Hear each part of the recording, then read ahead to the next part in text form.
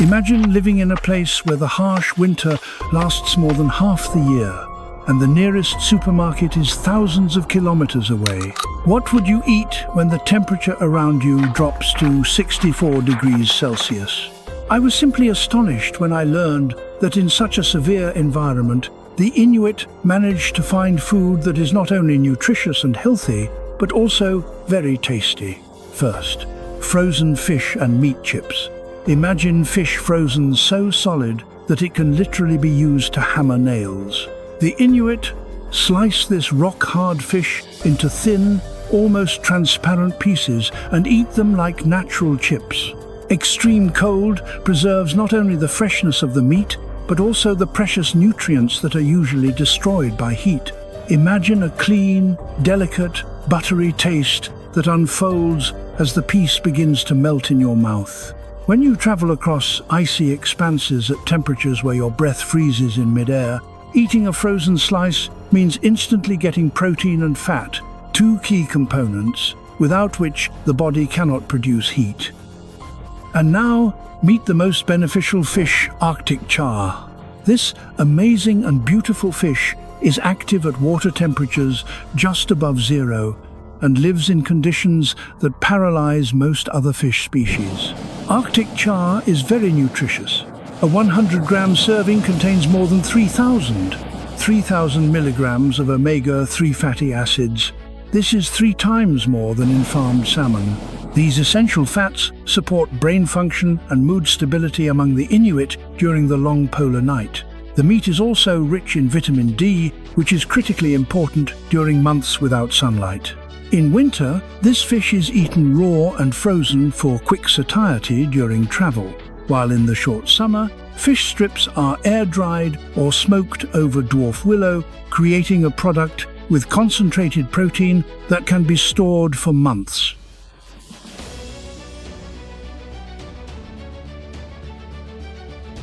The next polar delicacy is whale blubber with skin, called muktuk. The Inuit cut sandwich-like pieces from a captured and killed whale. On top is dark skin. Beneath it, a thick, pinkish-white layer of precious whale fat. From a nutritional perspective, muktuk is a true champion. Whale skin contains more vitamin C than oranges and lemons, and whale blubber is rich in vitamin D, critically important in places where winter means months without sun. Evolution could hardly have devised a more perfect food for these latitudes. It is likely boiled or marinated.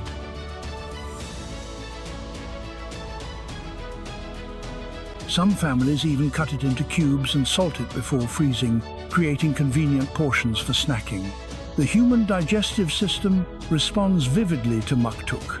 The abundance of fat triggers a powerful metabolic response, generating significant heat as if a stove was switched on inside. This warming property makes it especially valuable before heading out into the bitter cold. The next dish is seal meat. After eating seal meat, the human body experiences a curious reaction. Blood flows to the digestive system to handle the dense food, creating a wave of warmth throughout the body. It turns out that the Inuit often eat seal meat before spending the night in freezing conditions. This natural heating system keeps them warm until morning. In its simplest form, the Inuit eat seal meat raw or frozen. When there is time, the meat is turned into a rich stew.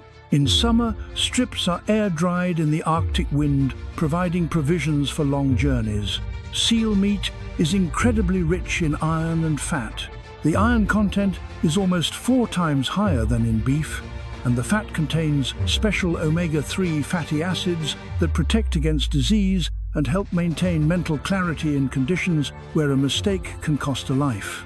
And the most astonishing thing, modern research has confirmed what the Inuit have known for centuries. Seal meat contains an ideal balance of substances for survival in extreme cold. The next dish is walrus. The toughness of walrus meat is astonishing. The dark red flesh has a density unlike anything else.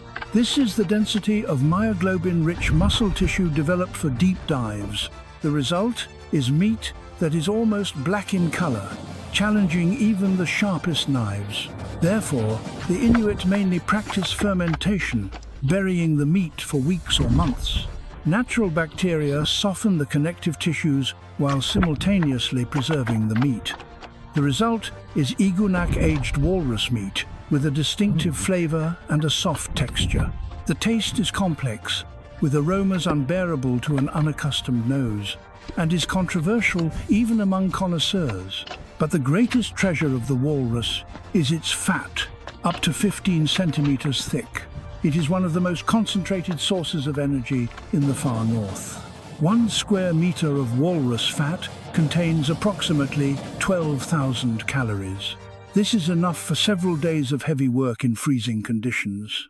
Walrus liver contains an extremely high level of vitamin A, so concentrated that it is eaten in very small portions to avoid poisoning. This powerful organ of the walrus was traditionally shared among many members of the community.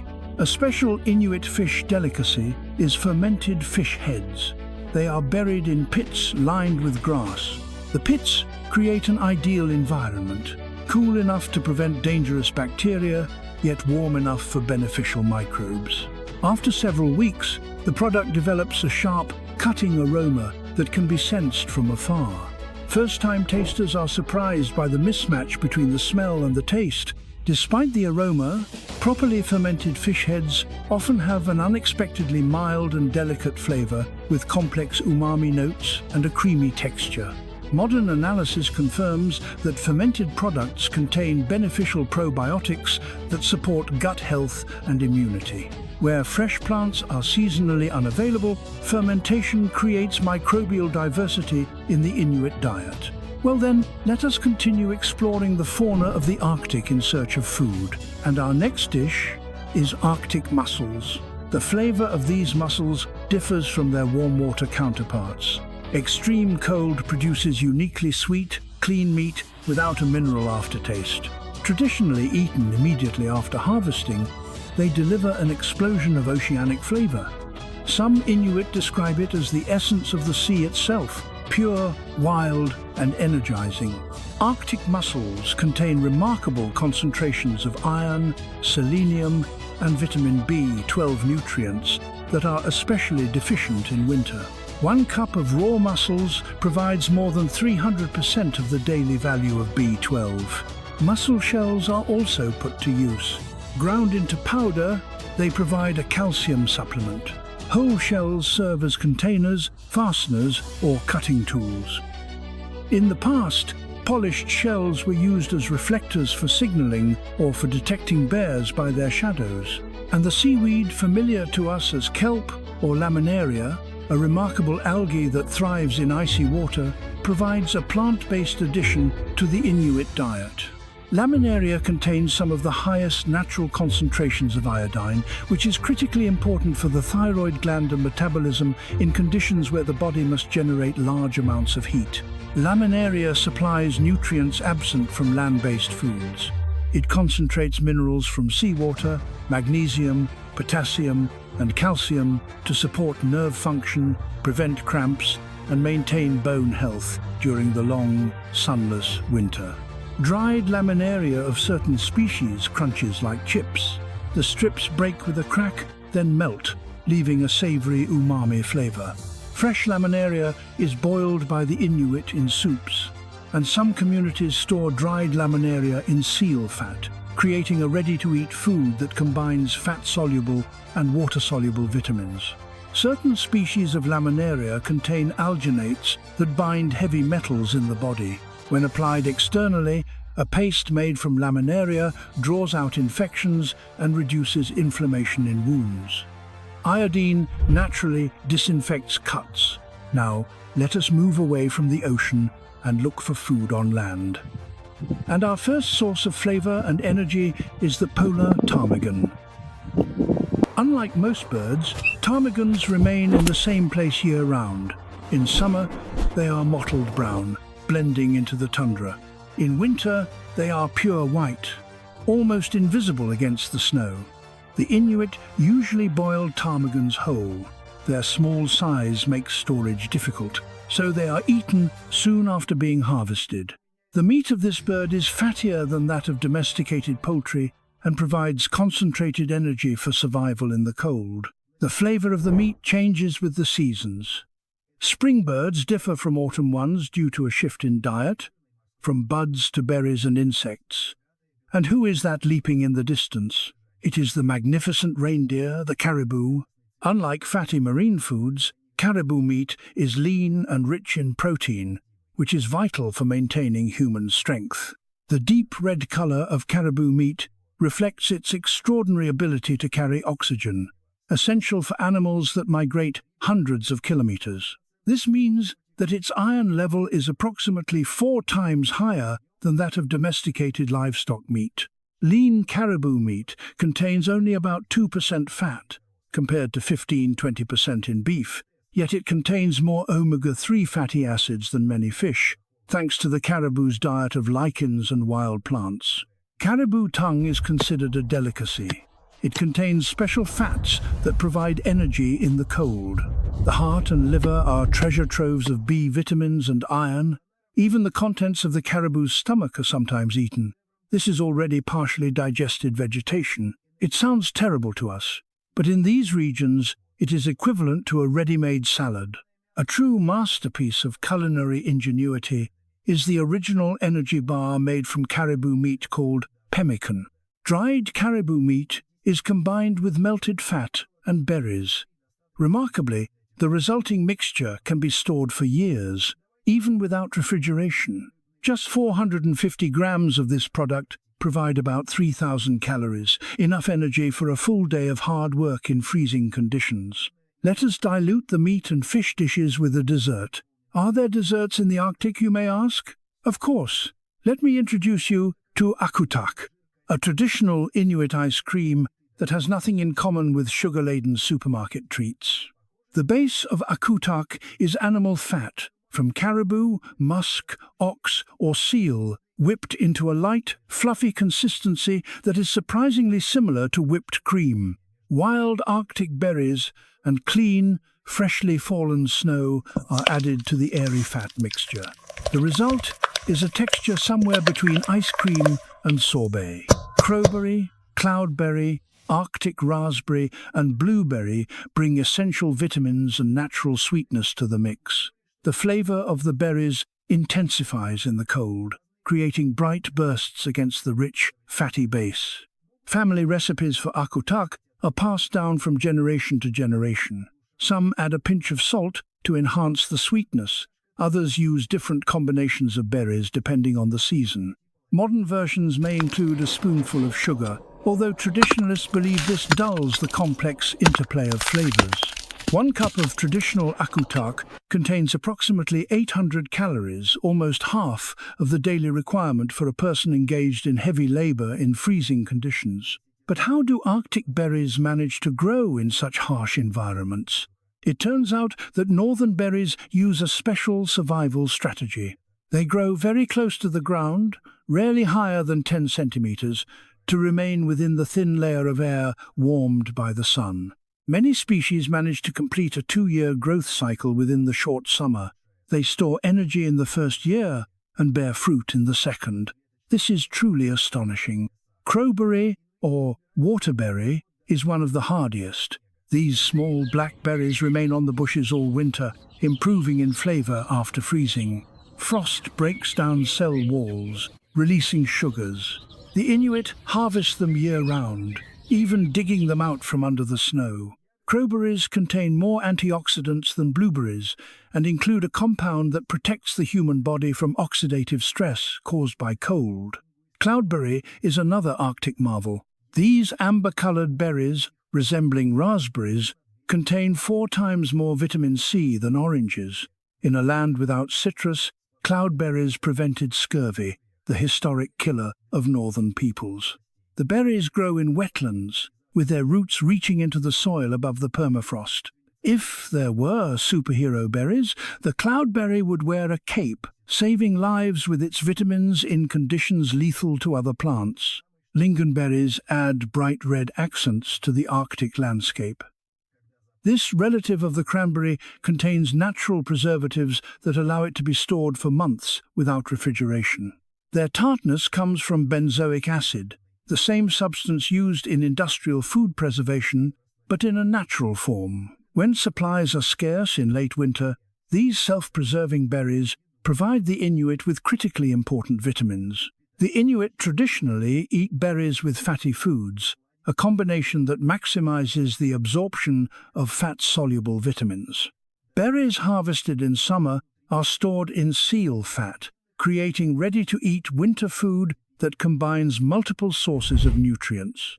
Arctic berries are a true treasure trove of vitamins and antioxidants.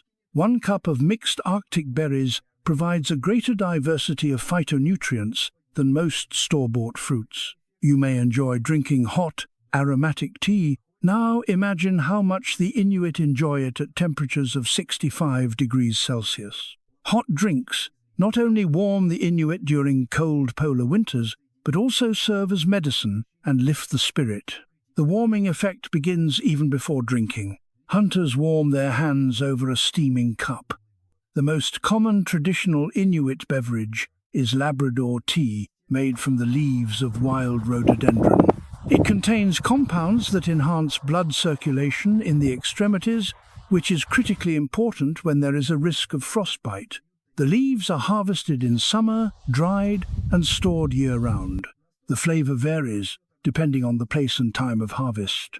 Early summer leaves produce a lighter drink, while later leaves yield a deeper, earthier flavor. To aid digestion after fatty meals, special blends are prepared. Crowberry leaves steeped in hot water create a tonic beverage that helps digest proteins and fats. An infusion of pine needles provides enormous doses of vitamin C, 5 times more than orange juice. Tea, made from willow bark, serves as a natural aspirin, reducing pain and inflammation after long, strenuous journeys. The herbs and roots of the Arctic survive where ordinary plants would give up immediately. The shoots of fireweed, or Ivan tea, appear first of all. These spring shoots provide vital vitamin C after a winter without greenery. Young stems taste like asparagus with a peppery note. Cotton grass provides edible roots with a surprising carbohydrate content, critically important in a land where sugars are scarce. Traditionally, they are dug out of semi-frozen ground. The tubers are marble-sized, sweet and crunchy, resembling water chestnuts. Lime grass, or dune grass, grows along the coasts and produces intense aromas for protection. Its leaves contain essential oils that serve as both seasoning and medicine for colds. The concentration of oils is high. A couple of leaves can flavor an entire pot of stew. The most impressive are Arctic willows. Their inner bark contains natural salicylic acid, just like aspirin. Strips of bark, chewed or brewed, create a natural pain reliever. An original pharmacy without insurance or waiting lines. Modern research confirms that many Arctic plants contain concentrated bioactive compounds as part of their adaptation to extreme conditions. These same compounds provide therapeutic effects. And finally, the most nutrient-rich traditional product, blood soup. Preparation begins immediately after a successful hunt. Warm seal or caribou blood is collected in a container. Sometimes, small pieces of meat and fat are added, then it is gently heated until it becomes a thick, steaming soup. Some recipes include wild onions or coastal herbs for flavor and vitamins. The blood naturally thickens as the proteins slightly coagulate when heated.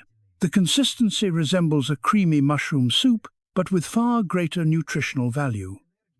The flavor has mineral notes balanced by rich meatiness. Blood soup is prepared in minutes, providing instant energy during journeys when strength is at its limit and time is short.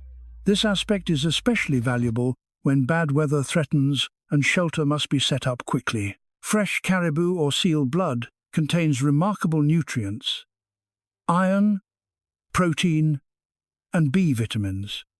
The liquid delivers concentrated energy and warms the body from within.